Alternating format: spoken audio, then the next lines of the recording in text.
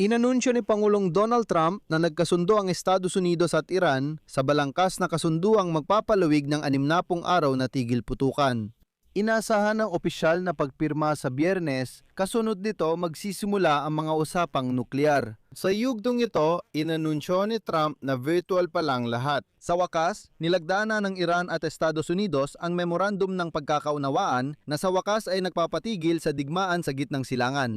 Mula sa sandaling ito, dapat nang buksan ang kipot ng Hormuz at aalisin ng mga Amerikano ang kanilang blokeyo sa Iran. Pagkatapos nito, magsisimula ang mga interesanteng negosasyon na hindi alam kung paano matatapos. Kasabay nito, mabilis na bumaba ang presyo ng langis sa merkado.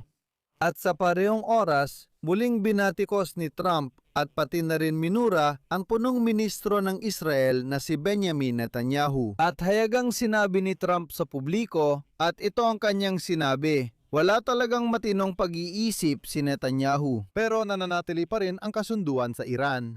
Sabi ni Trump, wala raw talagang maiintindihan ng mga Israeli, pero makakabuti ito sa kanila. Pag-usapan natin yan. Ako si Alexei Pechi. Bago tayo magsimula, hinihiling ko sa inyo na mag-subscribe sa channel, mag-like at mag-iwan ng kahit anong komento ninyo. Kaya nung linggo ng gabi, hayagang inanunsyo ni Donald Trump na nagkasundo na talaga ang Estados Unidos at Iran tungkol sa isang balangkas na kasunduan na magpapalawig ng tigil putukan ng 60 araw. Sa panahong ito, gagawin ang negosasyon sa kasunduang nuklear. Muling bubuksan ang kipot ng Hormuz, magpapababa ng presyon sa pandigdigang pamilihan ng enerhiya at nagbigay daan sa kasunduan ng Iran at Estados Unidos, itinuring ni Donald na pinakamalaking diplomatikong tagumpay at nagbukas ng panahon para sa negosasyon sa natitirang issue. Layunin ng kasunduan na ibalik ang paglalayag sa kipot ng Armuski kung saan dumadaan dati ang halos 20% ng pandigdigang supply ng langis at likidong natural na gas. Bagaman, dapat pang talakayin ang mga pangunahing issue sa nuklear sa ilalim ng kasunduang ito. Binibigang din ko na ito ay hindi kasunduang pangkapayapaan kundi kasunduan ukol sa nuklear. Donald, wala pa tayong pinal na memorandum tungkol sa kung paano tayo mag-uusap at magkasundo.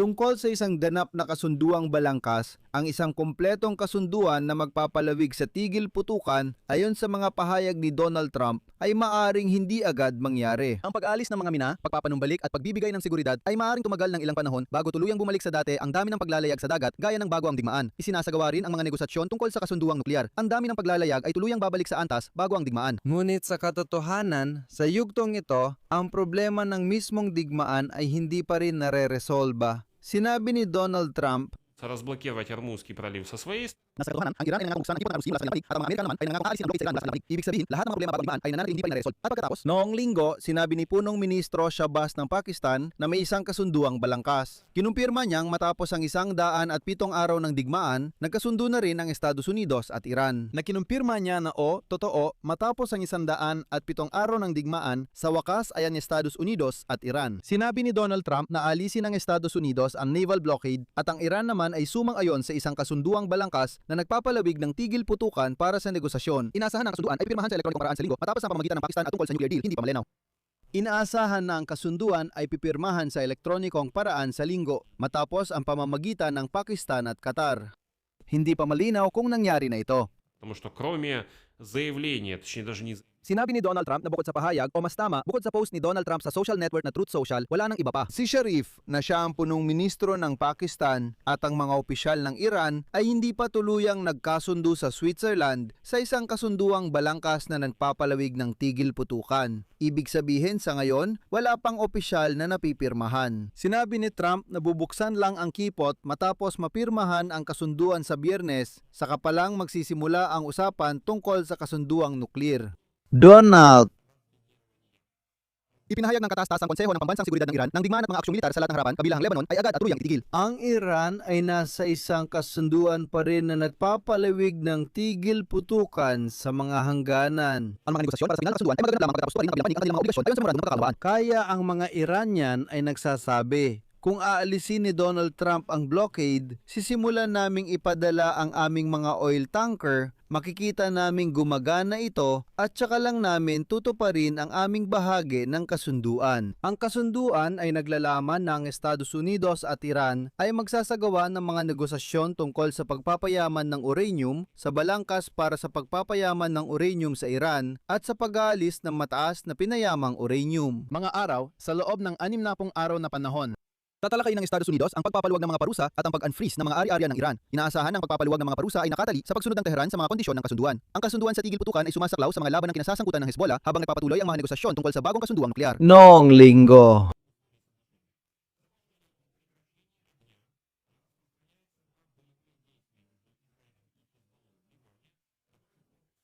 muling binatikos ni Donald Trump si Netanyahu. Sinabing halos isang oras na lang ay pipirmahan na ang kasunduan at binanggit din na muling umatake ang mga Israeli sa Lebanon. At dito, nagsimulang muli si Trump na batikusin kahit na nagkasundo na sila tungkol sa balangkas ng pagpapalawig at sa sitwasyong ito, lahat ng panig ay sinusubukang magpakitang gilas kaya't ang mga negosasyon tungkol sa nuclear deal ay nagpapatuloy. Sabi ni Donald ng Israel, mabilis naghanda ang Iran para sa pag-atake kahit walang pinal na kasunduan at may mga Pakistani tagapamagitan na kasali rito. Sinikap nilang pigilan ang pag-atake ng Iran sa Israel na malamang ay magdudulot ng nuclear na tugon mula sa Israel at maaaring tuluyang makasira sa kasunduan. Sa huli, napanatili ng mga opisyal ng Tehran ang kontrol sa sitwasyon. At sa huli ng lahat ng ito, si Donald sa social network na Truth Social ay nagsusulat, "Tapos na ang kasunduan kay Iran. Binabati ko kayong lahat.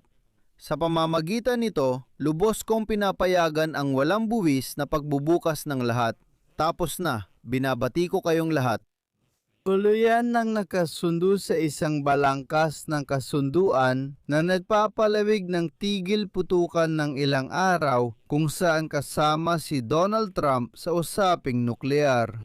At ilang minuto bago nito, naglabas ng mensahe si Sharif na nagsabing naabot na ang kasunduang pangkapayapaan sa pagitan ng US at Iran ayon sa kanyang sinabi. Parehong panig ang nagsabi nagkasundo na magkabilang panig sa tigil putukan sa lahat ng front, kabilang ang Lebanon. Sabi ni Sharif na pagkasunduan na ang kasunduan kahit hindi pa opisyal na pirmado. Ayon kay Kazem Garibabadi, pangalawang ministro ng Ugnayang Panlabas ng Iran, tuluyan ang napagkasunduan ang teksto ng memorandum ng pagkakaunawaan. Ayon sa kanya, matapos ang paglala ng sigalot sa Lebanon noong linggo, may ilang pagbabagong ginawa na hiniling ng Tehran na isama sa teksto ng memorandum ng pagkakaunawaan. Sinabi ni Donald Trump na isama sa teksto ng memorandum ng pagkakaunawaan si Kazem Garibabadi. At sinabi niya na ang mga banta mula sa sandatahang lakas ng Iran, ayon sa kanya, ay nakatulong sa pag-usad ng mga negosasyon at nakatulong sa pagtatapos ng paggawa sa teksto. Ang lahat ng sandatahang lakas ng Iran, ayon sa kanya, ay nakatulong sa pag-usad ng mga negosasyon at nakatulong sa pagtatapos. Tuloy-tuloy na nagkasundo sa isang kasunduang balangkas na nagpapalawig ng tigil putukan sa loob ng itinakdang panahon. At sinabi niya na handa ang sandatahang lakas na magbigay ng matinding tugon. Ayon sa kanya, ito ay tungkol sa usaping nuklear.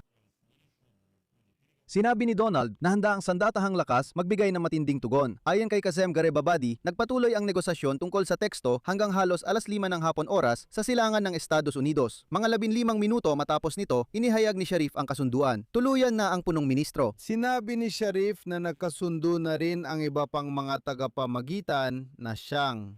Ayon kay Punong Ministro Sharif, mag-organisa ng tigil putukan ng Pakistan at iba pang tagapamagitan na yung linggo, kasunod ng technical na negosasyon sa ilalim ng nasabing balangkas.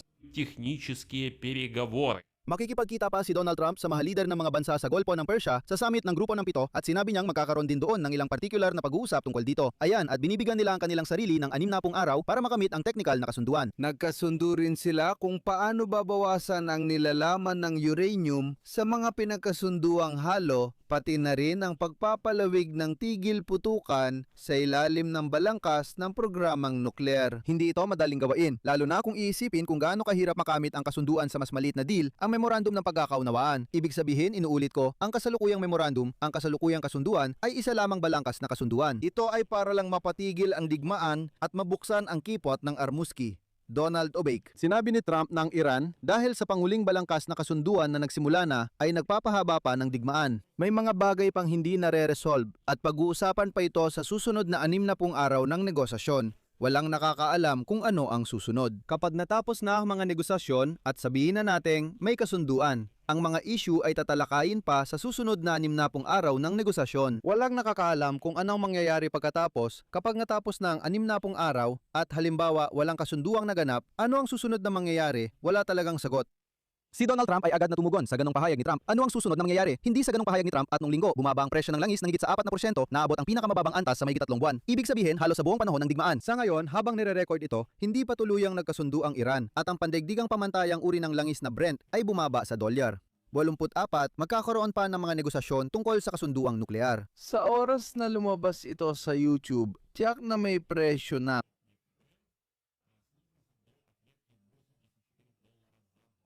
Sinabi ni Donald Trump at sa huli, magdadagdag pa ako ng isang napakahalagang punto na dapat talakayin dito dahil malinaw na ang mga layunin ng Iran, Israel at Estados Unidos ay tuluyan na nagkahiwa-hiwalay. At sa kasamaang palad, maraming manonood ng aking YouTube channel, lalo na ang mga Israeli, ay ayaw maniwala sa kasunduang napapalawig ng tigil putukan. Ang alitan sa pagitan ni Donald Trump at Benjamin Netanyahu ay hindi lang basta lumalala, kundi pumapasok na sa hayagang yugto. Bago inanunsyo ni Donald Trump na may kasunduan na sa Iran, sinabi niyang hindi naman kailangan ang pag-atake ng Israel sa Beirut at sana hindi na ito ginawa. Dagdag pa niya, inatake ng Israel ang Lebanon 1 oras bago lagdaan ang kasunduan. Ang Iran ay may panibagong kasunduan na nagpapalawig ng tigil putukan sa ilalim ng kasunduang iyon. Nagaganap ang negosasyon sa nuclear deal bago pa malagdaan ang kasunduan. Mililinaw ko lang na hindi pa ito nalalagdaan. Sinabi ni Donald Trump na siya ay nabigla nang tawagan siya ng kanyang mga tagapayo upang ipaalam ang tungkol sa pag-atake ng Israel sa Beirut at siya ay galit na galit kay punong ministro ng Israel na si Benjamin Netanyahu at pagkatapos ay Iran sa konteksto ni Donald Trump na pakasama nito. Talagang hindi ako makapaniwala rito.